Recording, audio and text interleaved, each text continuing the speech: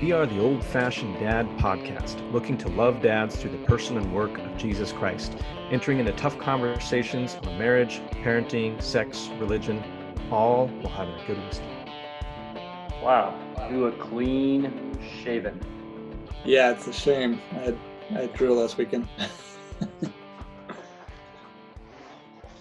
Me, on the other hand, I keep going with the long beard and the long hair. Hey, there you are. That is absolutely clean shaven. There we go. Bringing back grunge 30 years later. Oh man. Are we recording, by the way? You want me to stop recording? I can pause it. No, go for it. I don't. This could be interesting banter, I guess. Recording. We have some friends up in Bonners Ferry, which looks like it's fairly close to the Canadian border, but Christians.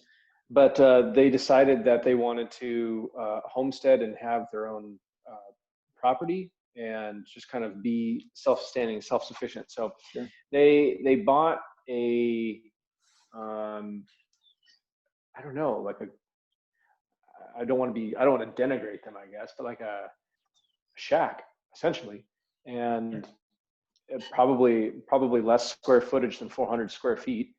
Oh. And they've been living in it for 3 years, and they have 4 kids. And I know, right? I did the same thing when the face that you just shot right there. I was like, holy smokes, I would last 3 days. Yeah. They don't have a refrigerator. They don't. So like they use coolers, but they were able to eventually buy 5 acres of land. And I think like the biggest news is that they have been able to build a second room onto their shack. I should say like house, but anyway, so they call it homesteading, but it you still have to buy the land and stuff. Like the homesteading, like back in 1800s and stuff like that, or 1700s, like that, the government was literally giving you the land sure. to settle, right? And it was yeah. and those times it was more about like wealth accumulation and building like generational wealth, whereas like homesteading now, it seems like it's going towards more like minimalistic principles and stuff like that. Anywho, so we're gonna go and meet up with them, and we have a camper. We will not be staying in their tiny house with them. I'm sure they got plenty of room. Dude, I don't even know what I would do. I mean, I have a hard enough time parenting my kids in a 2,000 square foot house. Yeah. I can't think what that would be like to parent in under 500 square feet. Especially more than one kid. 4 kids. Yes, more than one kid. Holy smokes. Yeah. Anywho. I'm not sure either. The topic comes up on occasion of, it's not, sometimes the stars have to align, for us to be able to make love, and it's, we have 1,400 square foot 3-bedroom house, everyone's kind of got their space, but then we kind of like pause and be like, how do, people in African huts with dirt floors in one room, like how do we be intimate, figure it out, and our kids don't hear, and our kids don't see what's happening? Yeah. Oh my gosh. But yeah, just like people figure it out, like this idea that like everything's got to be perfect. I guess. Geez, I don't know. Hey, welcome back. Yeah. Welcome back, by the way. Thank you. Yes, it's I've come back and you've departed, so we have missed each other. But so for our listeners, if we air this part of it, we're not on the same page as far as drinks tonight. But are you drinking tonight? I had some already, but it's downstairs, and I'm too lazy to walk my butt back downstairs and get it. But rest assured, whiskey has been had. All right. And the whiskey that I'm going with Charbay. It's a whiskey distillery based out of California. Just picked them up, and so I don't have a ton of tasting notes on them yet. But they sent me a hops infused whiskey, and they sent me a 27-year-old brandy. So Brandy's good. we'll have to try that brandy when we actually meet again in person. Sure. So Maybe, I think that'll be good. so maybe we could revisit that distillery next week when we're in person. So. Yes. Yeah, we'll get back on track. Actually, trying a new whiskey each week.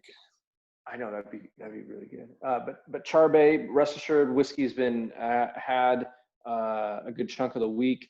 To all the dads that are listening, I know if you're hitting the panic button, Christian hasn't had his whiskey. At least one of us Christians has had our whiskey all week, responsibly, might I add. Christian, what are you sipping on tonight?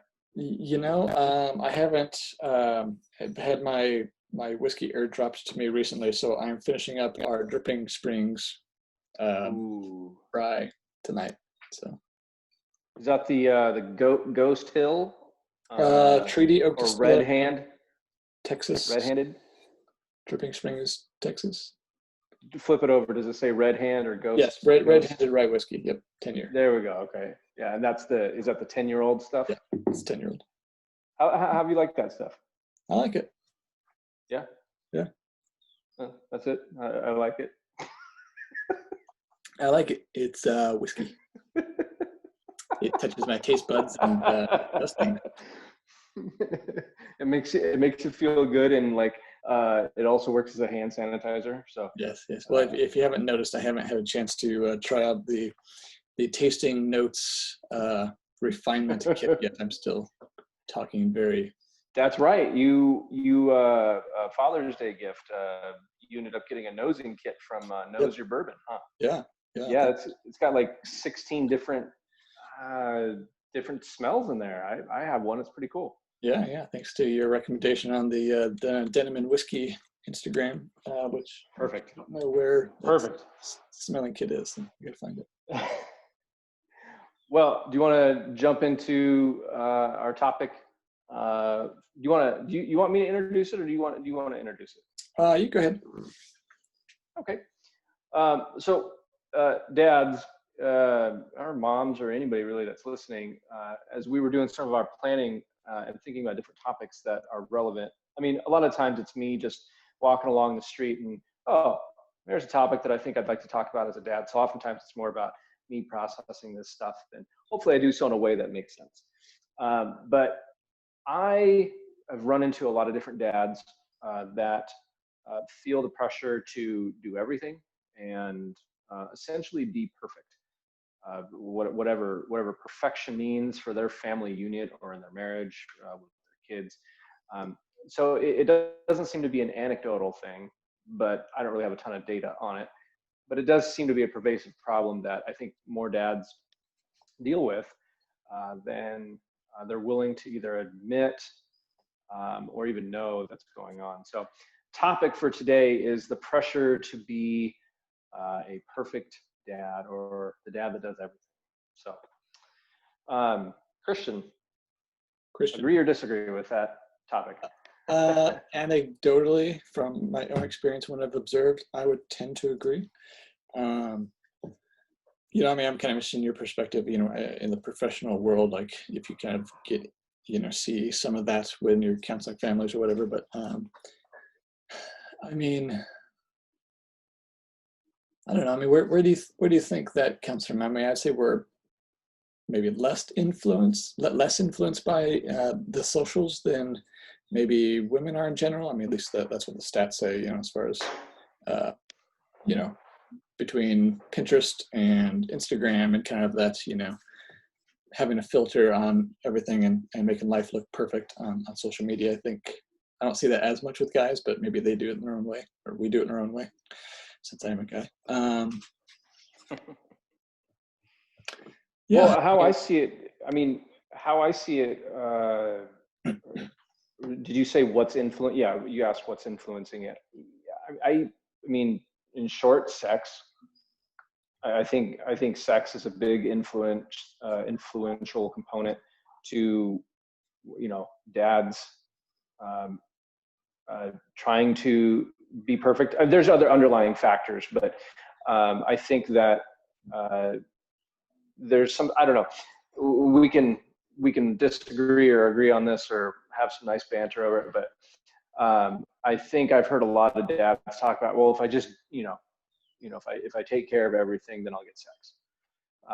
And so like there seems to be, even if it's kind of half-hearted, like, I don't know too many dads where the wife, where his spouse is going to withhold sex, if he doesn't, do parenting right, or Sure. he doesn't do the chores around the house. But I know that there is there is a level of jokingness to that, and sometimes within joking, there's elements of truth. But I mean, I tend to think that it is motivated by sexual intimacy.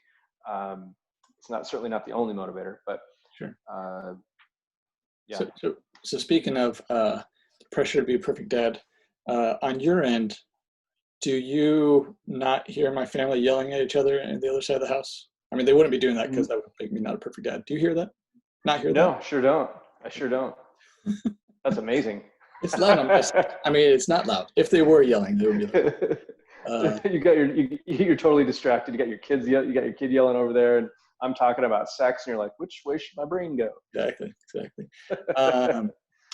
Just trying to keep it real here. Yeah, I think that's a factor. I mean, for me, I think part of it, I don't know, two main things come up. One is kind of what and I guess it comes out of worldview. Kind of what is a man? What embodies a man? What's a successful man? Being able to provide, being able to protect, be strong. As a Christian, being a good spiritual leader. And so, not just taking care of the physical needs, but the spiritual ones. And I know there's an element of that that's pretty strong from like the Marsil days, as far as that kind of being drilled into you in some good ways. And then, I've seen some unhealthy things with that. Part of that being kind of this, they wouldn't say it, but kind of this expectation for perfection. Like you have to do everything. You have to do it at the top of your game. And so, I mean, I think there's some of that residual for me.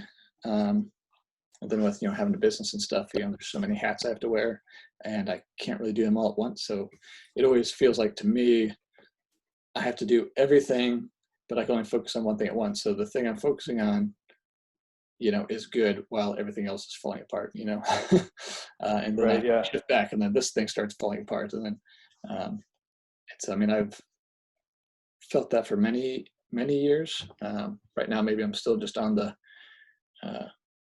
high or whatever, the relaxedness from being in the middle of nowhere in Virginia on the lake for 10 days. But yeah, you do look relaxed. I'll say that. I think you're probably still there a little bit. Probably helping a little, but but I mean, at some point you have to just decide like you can't do everything, and you have to decide what those things are that you can let go of. And that might be an interesting a point to maybe briefly touch on before our time's up here today, because I mean ultimately I think that's where all dads should be, is where we're not operating out of a space of I need to do everything and it needs to be perfect so that my wife and my kids are happy with me, and that way I'll be happy, and I won't have anxiety, or the distortion or the lie is if I do everything perfectly and I do everything, I will find rest. But before we touch on that, there was something you said about Mars Hill, about just your own personal experience with the husband, the father is supposed to lead, but the way in which they communicated it was I mean, it was drilled into you, and it was very, there's a lot of duty involved. Yeah, it's very, I mean, you're a military guy, so it was very militaristic in my opinion, and I don't have any military experience, but I definitely remember, at least at Mars Hill, you need to be leading your family, and like essentially taking every bullet that comes their way. You need to be leading, and if you're not leading your family, then like you're in indirect sin, maybe even direct sin. And then like if your wife is sinful, then you're in sin. because she's being sinful. And so it was like a lose-lose situation. And I mean, I honestly think that's bad theology. I think it's detrimental, and I think it's abusive to fathers and husbands. There is something to be said about like lazy deadbeat dads that don't lead, and allow their family to just kind of basically walk off a cliff, figuratively.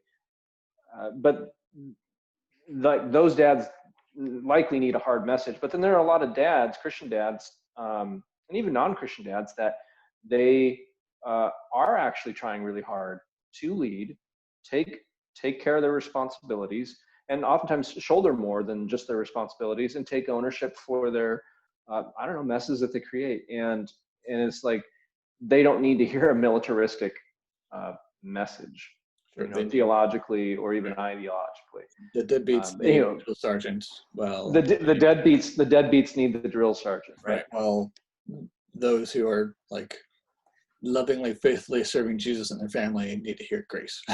You know? Yeah, right. I mean, that's the idea. So like the Holy Spirit resides within you. Like there's a constant refinement that's happening every single day within your inner monologue.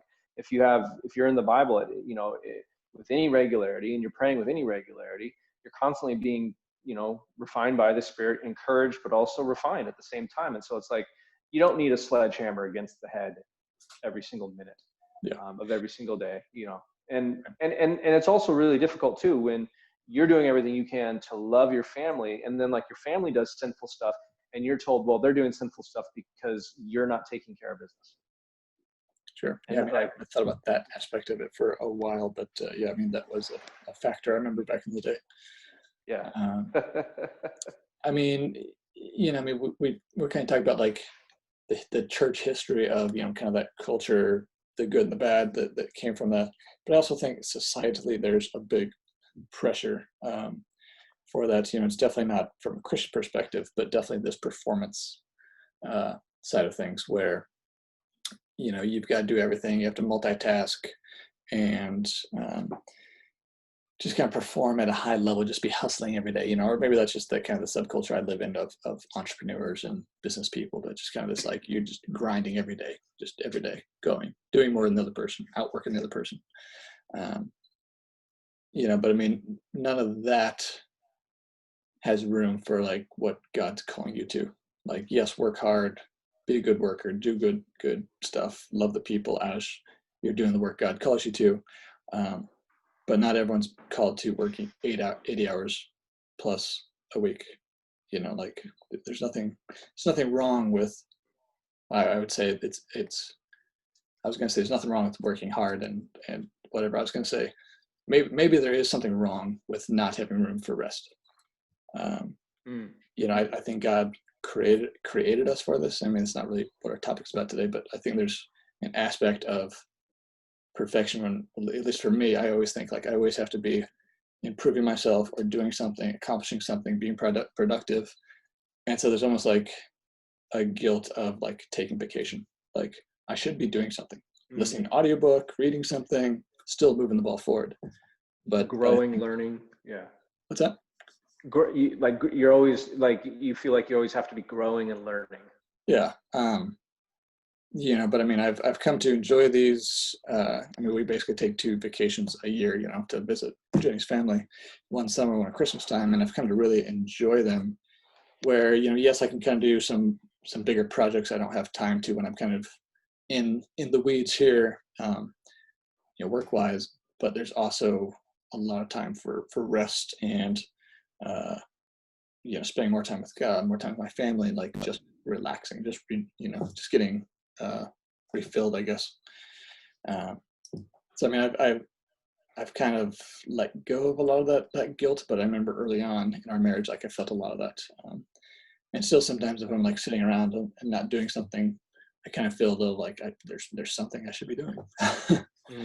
And I don't know if that's a unique struggle I have, but I think that plays into kind of this pressure to be perfect or always be moving that ball forward or whatever. I I mean, I personally have felt all of those things that you just talked about. I think the one that really resonates with me the most, or at least how you said it, was, you know, always kind of grinding.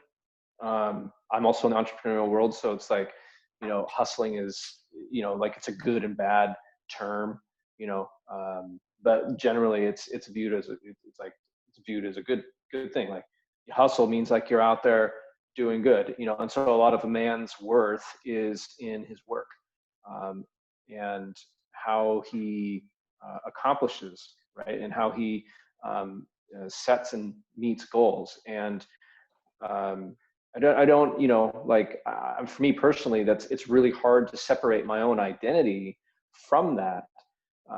Like, I can say, like, I'm a father, I'm a husband, I'm a businessman, I'm a counselor, I'm a son, brother, you know, dad, whatever, all that stuff. But it's really hard from all of those things to separate myself from kind of the sum of my goals and accomplishments. Like, because every one of those identities that I have has like different goals and different, you know, like accomplishments that I can look at. And I, you know, more often than not, I take the perspective of like, that's great, I accomplished that, what else can I do? You know, and so, and I often don't spend time enjoying kind of the fruits of the labor. And I get caught up more often than not. And I was, you know, just on the way over here today, I didn't think it would have anything to do with anything. I was listening to a sermon by he doesn't know that he's mentoring me, but Tim Keller. He'll know one day. But Tim Keller, I was listening to a sermon by Tim Keller on envy. And, you know, as we're talking here, I'm just like, you know, I think there's a lot of envy that I personally wrestle with. But I don't necessarily call it that, you know, envy and jealousy. And I think those sorts of things end up driving me to honestly not rest and feel like I have to do everything. And there's also like this, you know, I think I said at the beginning of this combination belief that if I do everything, I will find rest, even if it's just daily rest, but I will find rest. And I've never actually found rest in doing this, but I still find myself going this direction and going this path. Sure. There's always more to do. I mean, you're never going to be finished, you know? Yeah. I mean, it's interesting that I've got kind of two thoughts here. You know, with the term perfect, we all know that like there's only one perfect man's ever lived, you know, Jesus. And, but even I don't think he had pressure to be perfect in the sense of always doing more, you know, I don't, you know, I mean, I'm taking some liberty here, but I don't think he sat around saying, you know, like the end of Schindler's List, there's one more thing, there's one more person I could have saved, and just wringing his hands about like how he could have done more. I think, and that's because he was perfect because he was solely dependent on God and the only person who's ever been. So he was doing God's will for him, and that included saving certain people, not saving others, healing some, not healing others for a reason. It wasn't to heal as many people as he could here. There's people that were still sick at the end of the day when Jesus left. And I bring that up, I guess, in the sense of it's not about doing as much as you can. It's about doing what God has for you, doing his calling. Because there's always going to be more. There's always going to be poor people. There's always going to be suffering. The Bible says it, like, even if that's our passion and what in our mission, you're not going to fix the world, you know. That doesn't mean don't try. It means lean into God and what he has for you, not this idea that like you can do everything. My other thoughts, it's funny you brought up Tim Keller. You know, since we're talking kind of about work and grinding and stuff, I think it's such a big topic for fathers because we're men. I think there's so much of how God created us that is centered around our work. Like there's glory in that. There's purpose in that. You know, some people I've heard make the case that like work is bad because it's, you know, during the fall, our work was cursed, and it was made, we're to, basically like work, and thorns are still going to come up, and it's going to be suffering. It's going to be, thwarted and stuff. But before the fall, God's purpose for Adam was work. It was tilling the garden. It was, cultivating. It was creating culture. And that's the idea where, culture comes from cultivating. Like God intended mankind to cultivate the raw potential that he gave, us in Earth, in this planet.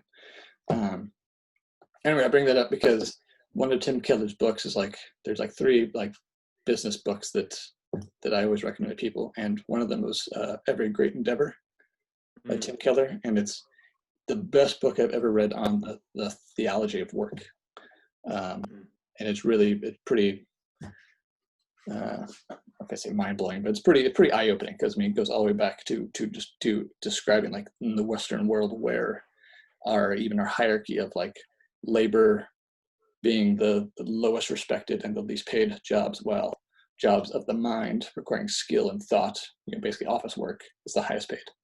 And just how that comes from like the Greek idea of like the physical world is bad and therefore labor is bad, and the highest thing you could do was be educated, sit around and talk about philosophy. But anyway, it's an incredibly good book when it comes to what God's purpose and plan is for work, and how it brings God glory, if we do it the way that he designed it to be. Again, that's great Endeavor by Tim Keller. Every Great Endeavor. So Tim Keller, Every Great Endeavor. People, check that out. I'm gonna try and put a bow on some things here, and see if we can call it good. Time up. For the day, or for the episode, I guess. I think that we are created for work, and before Adam and Eve sinned, work was a joyful, perfect thing, and the thing that really made it joyful and perfect was because there was an absolute dependence upon God in the garden. There was and God set the rhythm, and there was no pushback or anything like that. There was an absolute dependence upon it. Like this idea of work as toil really didn't happen until the fall happened. And so now, like, that's the reality that all dads born after Adam know. Like that's the reality that they know. But it doesn't mean that we can't experience healthier rhythms in the way that we work and in the way that we look at work. And I'm sure that Tim Keller's Every Great Endeavor probably goes over this much more eloquently than I'm saying it. But definitely, 100% definitely that Yoda man. But I think that we need to, as dads, become more dependent upon Christ when it comes to our identity, and not look at our identity as like, well, I will find mental rest or physical rest in how much I accomplish, or how much I acquire, or how happy my wife is, or how happy my family is. Those sorts of things are bottomless pits, and they really never lead to sustained happiness, but a greater dependence upon Christ, and Christ does. And so I think that would be my encouragement, is changing your identity back to Christ, and is not an overnight thing. And so if you're in the space where you are, I don't know, maybe people pleasing, your identity is always on to the next accomplishment, but you're never really sustained in your happiness levels. I think that change is going to be slow, because most of our hearts as dads are stubborn anyways, and so the change is just slow. But we should start with being prayerful about how to be dependent upon God on a daily basis, and I think that is a great starting point in kind of moving away from being the perfect father. Because, like you said, we have there's only been one person that's ever been perfect, and that was Christ. He's our Savior, big brother, And that's who we should allow to be perfect, and not us. And so there's actually some freedom in going, hey, I don't need to be perfect. Doesn't mean you don't work, but I don't need to be perfect. And so start with prayer and asking God, hey, how do I be more dependent upon you, so that I'm not wrapped up in doing absolutely everything and not having restful rhythms and not worshiping you as God. Yeah, can't disagree. I'd say start with dependence on God, end with dependence on God. It's a constant reminder, it's not like you have arrived and oh, I'm dependent on God now. I don't have to ever think about it again. That's exactly right. But yeah, I think you're right. I mean, my encouragement would be to lay down that idol of needing to be perfect, because we don't need to be perfect, because Jesus was perfect for us. Right. Yeah, 100% agree. Yeah. Great impromptu topic. I enjoyed it. I'm going to get back to drinking some whiskey. Yes, but yes, next week this week makes it easy. Next episode we'll get into Charbet, the stuff that I was having today. So I'll introduce that to you, and we might have on the next episode, or in a couple episodes, depending on how this works out for listeners, our next guest. So that'll be interesting and fun to have no idea how I'm going to grill him. But at any rate, we love you, dads. We hope that you have a good rest of your day, wherever you're listening, whatever time you're listening. Please rate and review us on the Apple Store, and come check us out on Instagram. We're trying to put content out daily, so we'd love your help in getting our content out there. So rate and review us and like us, and yay. So yeah, there we go. Thanks, dads. Yep. Good seeing you, Christian. Enjoy your travels, and I'll see you when you get back next week. Thank you. All right. See ya. Boom.